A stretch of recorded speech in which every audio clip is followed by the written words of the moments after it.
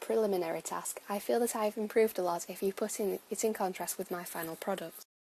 My front cover for my prelim task was based on the generic conventions of college magazines that I found examples of from the internet. My final piece for my college magazine I thought was effective, although now in comparison to my final music magazine, I felt that it looks nowhere near as professional.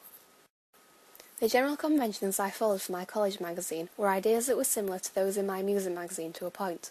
It was harder to find college magazines to pastiche in comparison to music magazines. This was because music magazines are much more popular. Because most college magazines are not made by professional media companies such as Bauer and IPC Media, they did not have the look of professionalism created by the magazines.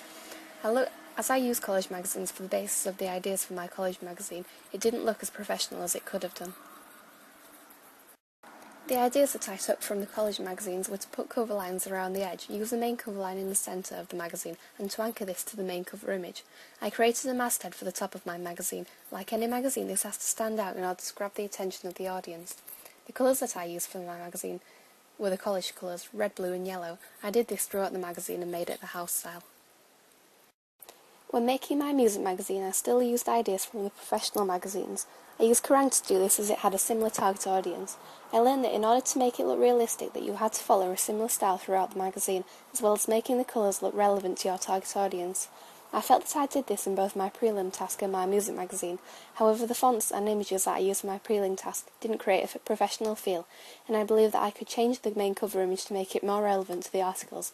Similarly, in my music magazine, I felt that the cover image let it down due to the quality and the position of the band members. The masthead in my prelim task looked cheesy and unprofessional. This is because I didn't use any ideas from other college magazines to help me with this, although by making the masthead this way I did make it appeal to TRC students, as it incorporated the college logo.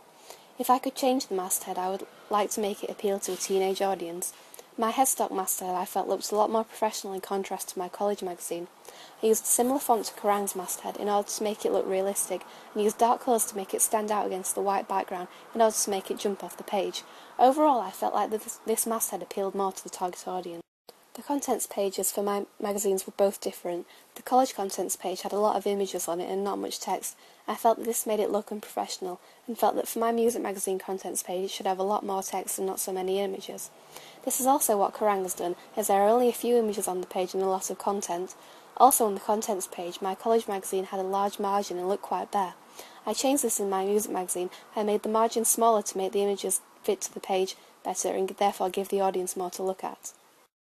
Overall, from the prelim task to my finished music magazine, I feel that I have learnt a lot. This is because I have had the chance to practice and edit effects in order to make the products look more professional. I have also learned to make the pages specific to the audience in order to keep it appealing to them.